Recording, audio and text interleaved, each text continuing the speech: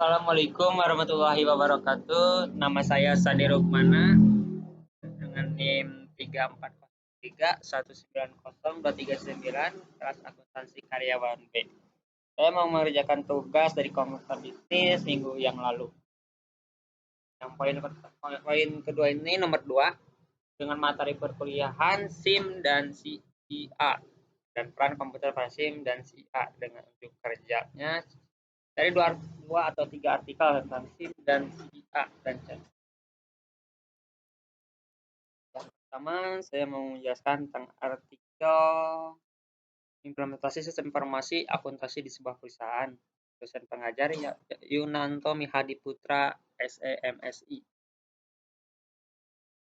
Dengan pembahasan pengertian sistem informasi akuntansi atau CIA, sistem informasi akuntansi adalah suatu sistem dalam sebuah organisasi yang bertanggung jawab untuk menyiapkan informasi yang diperoleh dan pengumpulan dan pengolahan data transaksi yang berguna bagi semua pemakaian baik di dalam maupun di luar perusahaan. Informasi akuntansi juga dapat diartikan sebagai kumpulan kegiatan-kegiatan dari organisasi yang bertanggung jawab untuk menyediakan informasi keuangan dan informasi yang didapat dari transaksi data untuk tujuan pelapor internal maupun eksternal perusahaan.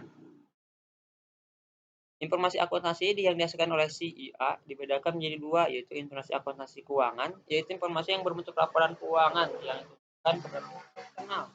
Informasi akuntansi manajemen, yaitu informasi yang berguna bagi manajemen dalam mengambil keputusan.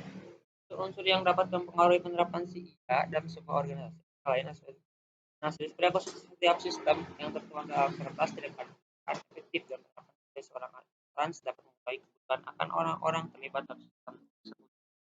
Metode kuantitatif informasi komputer pada beberapa perusahaan jadi masih banyaknya konsep sistem informasi informasi bahkan informasi yang berubah dan transaksi bisnis informasi keuangan yang bagi perusahaannya. Jadi ada banyak dari penjelasan dari artikel sistem informasi akuntansi ini yang disusun oleh yang nonton di Putra dan yaitu artikel sistem teknologi informasi pada e-business disusun oleh nama Rika Kartika dengan NIM 8204.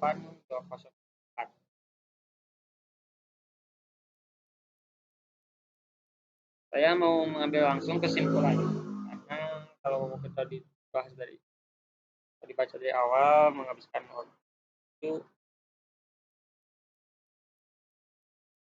Kesimpulannya itu dalam data merupakan fakta perkiraan atau pendapat yang belum memiliki makna yang dapat dimanfaatkan.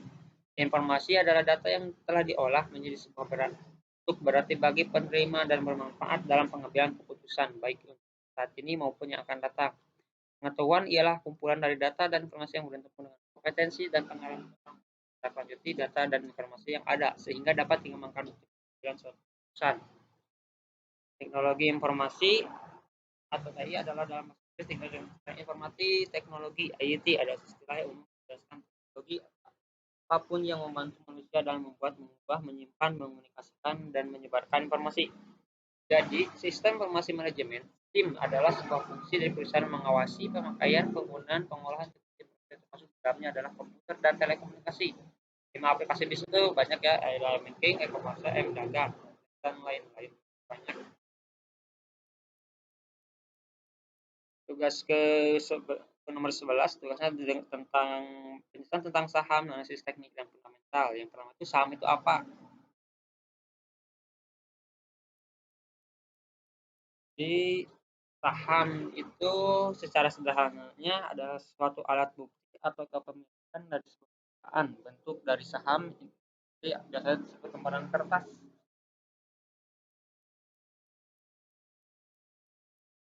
Adalah lembaran kertas yang mana isinya menyatakan pemilikan surat berharga tersebut adalah pemilik dan perusahaan yang membuat surat. Jenis saham tuh banyak ya, ada jenis berdasarkan kemampuannya. Dan itu saham biasa. Saham biasa itu saham yang diklaim berdasarkan dari keuntungan dan kerugian yang ada pada suatu perusahaan. Ada saham preferen. Pengertian saham preferen adalah atau preferred stock. Saham mana di bagian pemegang labanya tergolong tetap di satu perusahaan kerugian Maka para pemegang saham akan diberikan prioritas utama dalam hal pembagian hasil penjualan untuk perusahaan. Jenis saham berdasarkan kinerjanya ada blue chip stock. Blue chip stock adalah perusahaan yang sudah dipercaya di kalangan para bisnis lain. Saham ini tentu harga pandangnya yang lebih tinggi, nilainya lebih stabil. Income stock, pengadaan saham pendapatan atau income stock adalah jenis saham yang mampu memberikan dividen yang besar. Namun tetap diiringi dengan risiko yang besar juga. Ada growth stocks, ada spike stock, high risk stock, ada emerging stock, definisi stock. Manfaat dan saham itu. Jadi ke poin selanjutnya, teknikal, analisis teknikal dan analisis fundamental. Poin kedua.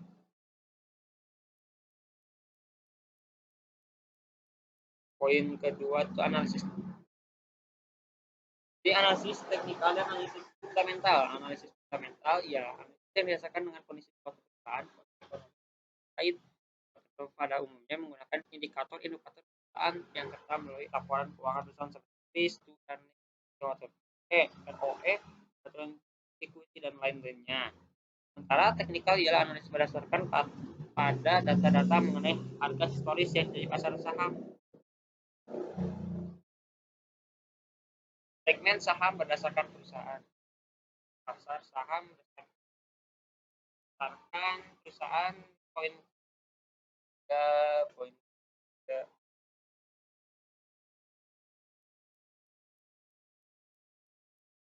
Segmen pasar sebagai perusahaan, segmen pasar pada pasar sekunder. Contohnya itu ada segmen pasar, satuan perdagangan, penyelesaian dalam perdagangan tersebut itu ada pasar reguler.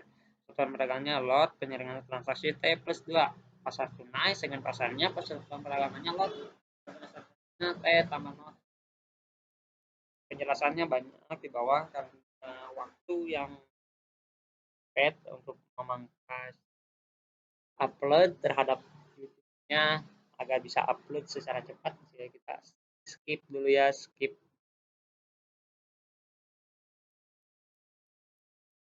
Yang keempat itu laporan keuangan 10 atau 5 tahun terakhir. Contoh laporan keuangan tuh laporan keuangan 5 tahun terakhir. Contoh laporan keuangan sebagai usaha kecil, saya mengambilnya di yang pertama itu ada contoh laporan neraca.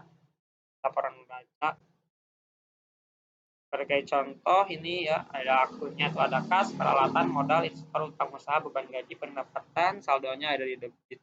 Seperti biasa, yang ada contoh laporan keuangan laba rugi. Saya contohnya di sini contoh di Metramart ya, laporan rugi laba Februari 2020. Dibaca dan dipahami. Kita lanjut ke yang mempengaruhi naik turunnya saham.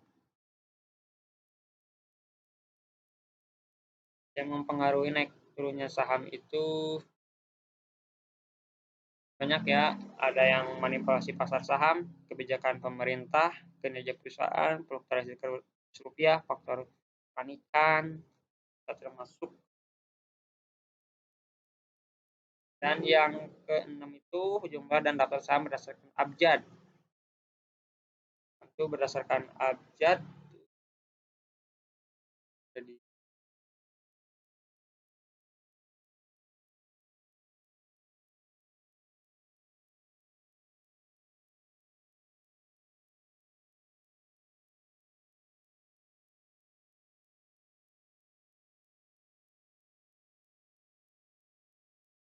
gambar saham dari A, EADS. Banyak ya kita kalau dibaca-baca dari A, L, I,